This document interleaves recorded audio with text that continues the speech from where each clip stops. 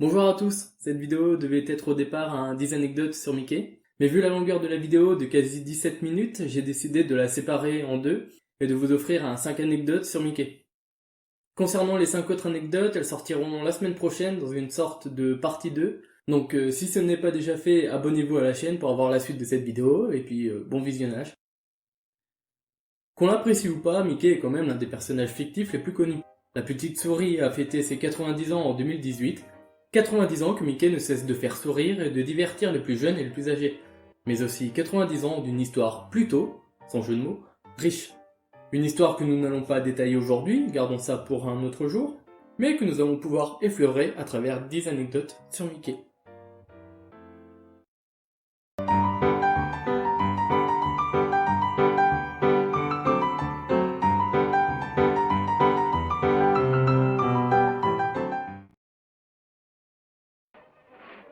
On pourrait penser que la première apparition de Mickey à l'écran pourrait être dans le célèbre Steamboat Willie, sorti le 18 novembre 1928.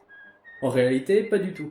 Bien que Steamboat Willie soit le premier à marquer les esprits et à connaître un certain succès, notamment pour sa synchronisation entre l'image et le son, Mickey est déjà apparu dans 2 courts-métrages, mais auparavant.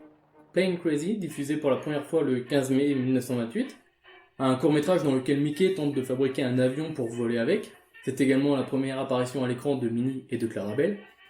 Puis Mickey apparaît une deuxième fois, le 28 août 1928, dans le court-métrage Mickey Gaucho, une parodie du film Gaucho, dans lequel Mickey chevauche une autruche pour se rendre dans un bar-restaurant argentin, et puis danse un tango avec Minnie après avoir bu une bière. Une danse interrompue par un hors-la-loi qui souhaite s'emparer de Minnie. C'est la première fois que Mickey fait face à Patibulaire, qui fut créé bien avant Mickey, en 1925.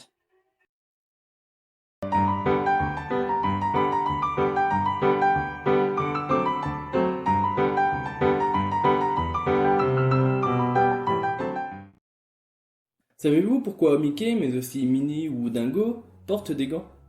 Eh bien la raison est toute simple, c'est pour une meilleure lisibilité. Vous n'aviez peut-être jamais remarqué, mais dans ses premiers films, Mickey ne porte pas de gants. Ses mains sont noires comme le reste de son corps. Très vite, Hobbyworks, co-créateur et dessinateur original de Mickey, est confronté à un problème.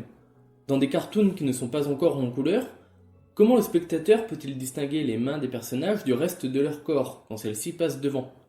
La question se pose notamment pour le cartoon L'Opéra.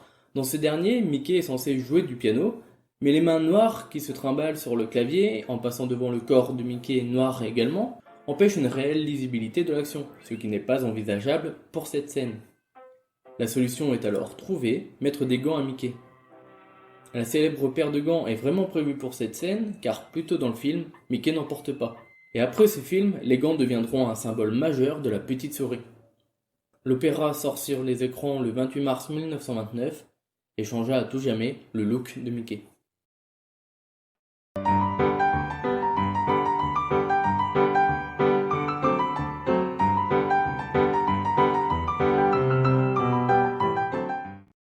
Il y a beaucoup à dire sur ce film qui est considéré comme la naissance officielle de Mickey, alors qu'il s'agit déjà de sa 3e apparition.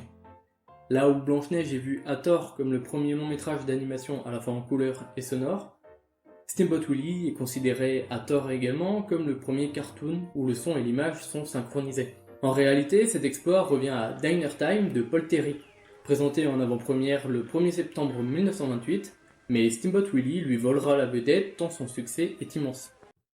Le son a une importance particulière dans Steamboat Willie. Mickey, matelot sur un bateau, décide d'en prendre les commandes et navigue en sifflant un air bien connu de nos jours.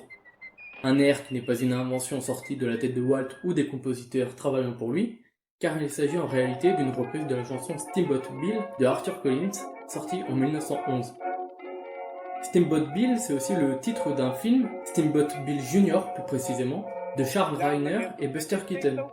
Steamboat Willie se veut en réalité être une parodie de ce film sorti également en 1928. Après s'être fait recadrer par Patibulaire pour avoir pris la barre, Mickey fait divers tâches sur le bateau et se lance dans un délire musical assez particulier et pas très vegan. Là encore, l'air que Mickey joue sur ses instruments improvisés est une reprise.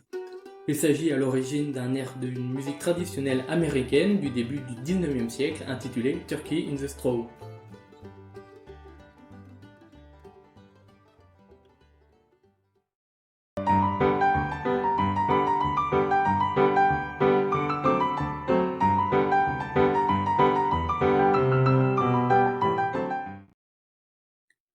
Mickey rencontre un succès très rapidement, dès Steamboat Willie, et Walt sera très vite récompensé pour tout ce travail.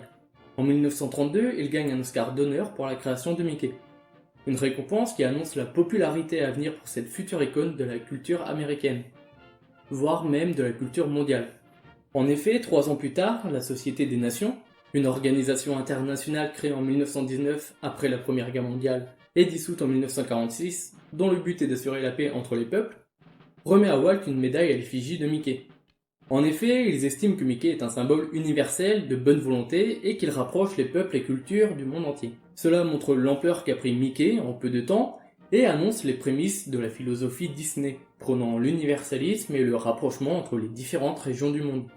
Une philosophie qu'on retrouve notamment 30 ans plus tard avec la création de l'attraction It's a Small World.